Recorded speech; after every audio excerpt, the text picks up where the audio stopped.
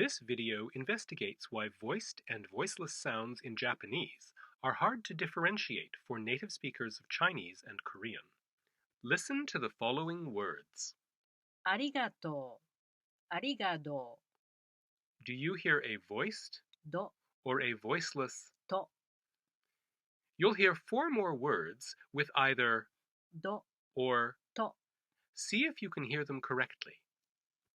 突然、突然、動物、動物、斎藤、斎藤、牛丼、牛丼、 Which do you hear, voiced ど or voiceless? と、 The answers are 突然、動物、斎藤、牛丼。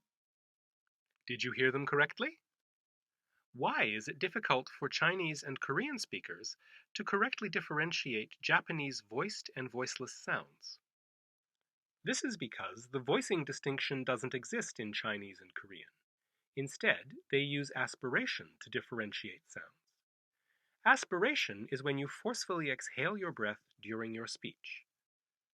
Although it's not as noticeable, Japanese has aspiration as well. Put your hand in front of your mouth and say, 突然、 and ありがと pay attention when you pronounce. う、と、 You can feel the puff of air when you say, 突然、 which is stronger than when you say ありがと because う、ありがと has weak aspiration on. う、と、 It may sound like ありがとう、 rather than ありがと to Chinese and Korean speakers. However, unlike Chinese and Korean, Japanese does not use aspiration distinctively. Instead, it uses voicing to differentiate sounds. This is why Chinese speakers and Korean speakers struggle in differentiating voiced and voiceless sounds in Japanese. They are used to the aspiration distinction and not the voicing distinction. Now let's compare these words. う、私、私、私、 Which sounds are similar to each other? How do you group these sounds based on their similarity? To Japanese speakers, 私、 and 私、 sound close, while 私、 is strikingly different. From this comparison, we can see that voicing is a more important distinction than aspiration in Japanese. This is tricky because when Japanese speakers say ありがと depending on their pronunciation, it may sound like う、ありがと to Chinese and Korean speakers. The least confusing way to study the voiced and voiceless sounds is to learn from texts and spelling.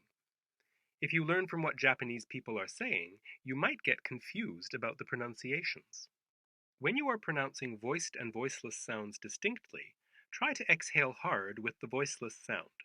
For example, when you try to say う、私、 to Japanese people, it sounds much better when you say 私、 rather than. 私、 As you get comfortable with the pronunciation of, 私、 then you can decrease the amount of puffed air and make the sound closer to. 私。 In this video, you have learned that the aspiration distinction is not used in Japanese. Instead, Japanese relies on the voicing distinction. Because of this, when you pronounce voiceless sounds, they sound better if you puff extra air to differentiate them from voiced sounds.